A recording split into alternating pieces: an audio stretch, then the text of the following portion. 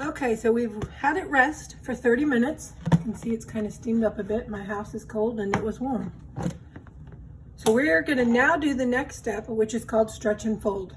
This is where you're gonna actually build the structure of your bread. The first stretch and fold, you usually do 20 to 25 sets. And there's 3 different ways you can do it. I'll show you all 3 of them. Hey y'all, PJ Mama here. Today we're gonna learn about stretch and folds. There's 3 different ways you can do it, and I'm gonna show you all 3 of them. On your first set of stretch and folds, that's gonna be your longest. That's when the dough should be the stickiest, and it's the hardest work. So just remember, only your first set of stretch and folds you're gonna do several times. And in this video, I'm gonna show you all 3 ways to do a stretch and fold. So the first way is you'd reach your hand in, and we're lifting it up. See how my hand's getting all the way under there? And you're just literally stretching it and folding it over. Try not to get it to rip there. Mine was a little unhappy with me. Stretch. Get it up as high as you can, and like I said, try not to get it to rip. Get my fingers all the way underneath it, just very slowly letting it stretch. And then you're going to fold it over. And you would do 25 sets of that one if that's the way you're going to do. You lift and you fold, turn the bowl. Lift, fold, turn the bowl. Just over and over and over. So I'm going to do it real quick for a minute just to let you guys see it. And fold. Stretch it. And sometimes you can get it really, really high, and like this one's not letting me do it. So you can help it out and fold. Spin.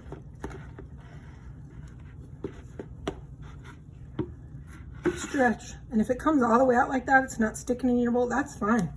Just manually stretch it. See how I'm doing that? Just manually stretching it. Okay? Fold it. You'd come to the other side, stretch it out again. Okay, that's one way. That's one way to stretch and fold. Way number 2.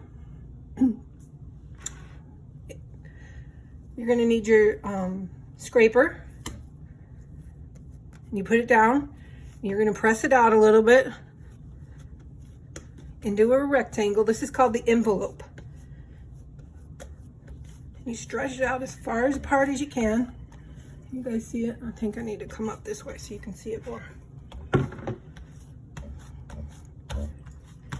Remember, this is sticky.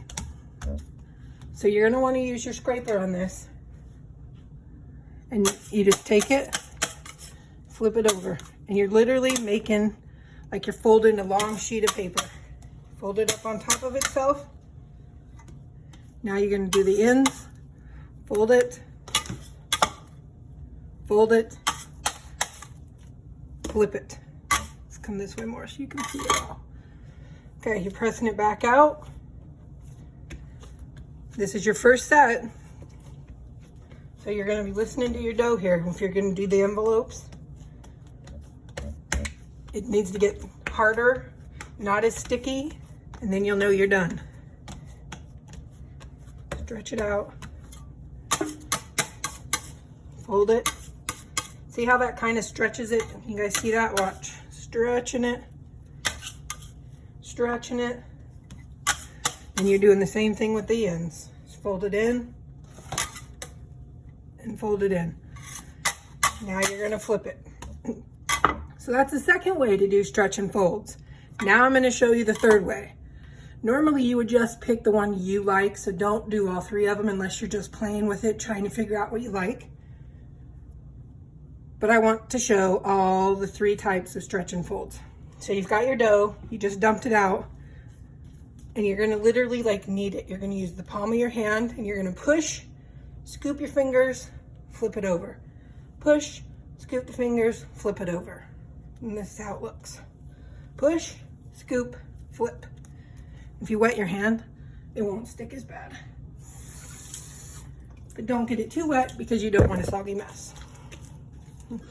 Push, see how it stretches it? Fingers, flip. Push, fingers, flip. Put it on back in a ball. Push, fingers, flip. Push, fingers, flip. Palm of the hand, push it away, grab it with the fingers, bring it back. Now you flip it, start again. I don't know if you can see how different the dough is already starting to feel. It gets thicker. It gets not as stretchy. It's not as sticky. And then I'll do one more of the envelopes to show you that one as it's gotten thicker. See how it's curling back in on me? That's telling you you're getting the structure of your bread because it's trying to stay together. But we want it to come apart and rip it because that's what's going to give you the rise in your bread. It's how much gluten you're building up. Okay.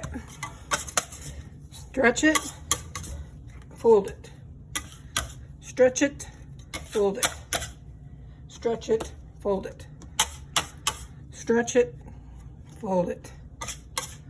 Stretch it, fold it. And with this, remember, you got to flip it and do it all again on the other side. Flatten it back out, get yourself a rectangle. See how much harder, and it just wants to go right back in. Remember, I had it filled, and now that's all the gluten building up in there. All your structure.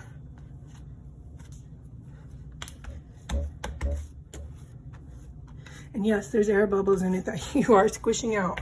You don't have to, that's not our idea. It's just, it's doing its job. Okay. Spatula. Lift, stretch, fold. Lift, stretch, fold. Lift, stretch, fold. Get that one up in there more. The reason you're always folding it on top of itself is because the gluten acts like glue, how it kind of sounds like it. So it hears itself and then it just rips it and just gives it kind of like a million spiderweb highway, if that makes any sense. I know there's a technical term for it all, but you ain't getting that from me. So now we're going to try to do one more stretch and fold in the bowl, just so y'all can see that again for the third one. You got your dough in there. You're going to grab it. You just slowly stretch it up. And you're trying to not pull it off the bowl because the bowl really helps you if you can. And then you're going to fold it on top of itself. Turn the bowl, grab another area. See how it's putting itself back into a ball now versus just a lump? That's how you know it's getting ready for this stretch and fold to be over. I want to make sure to show you.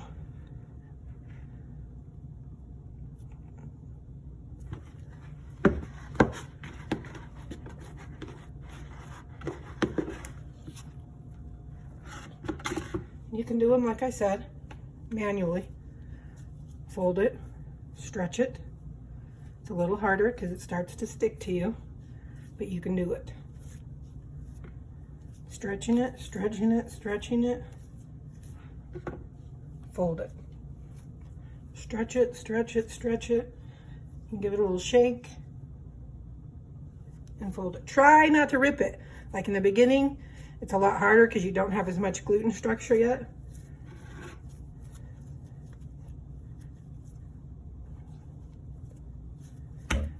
Give it more of these.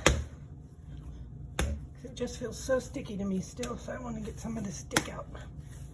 Remember, this is the stickiest time your dough should be.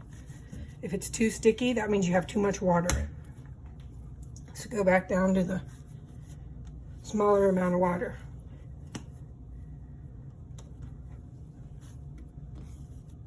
Stretch it, fold it. Stretch it, fold it. Stretch it, fold it. All right, like I said, this first one, you're doing all this like 20, 25 times till you get a little bit of structure back into your dough. If you use this, your hands won't look like this. Put it back in your bucket,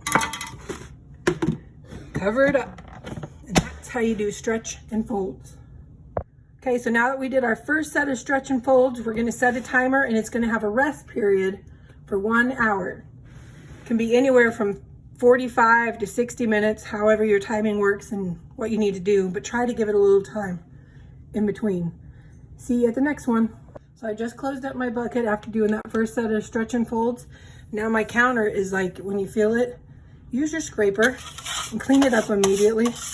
Yes, you're gonna do it again. Yes, it's gonna get dirty again. But sourdough is like cement, so you want to clean it as you go. And there you go.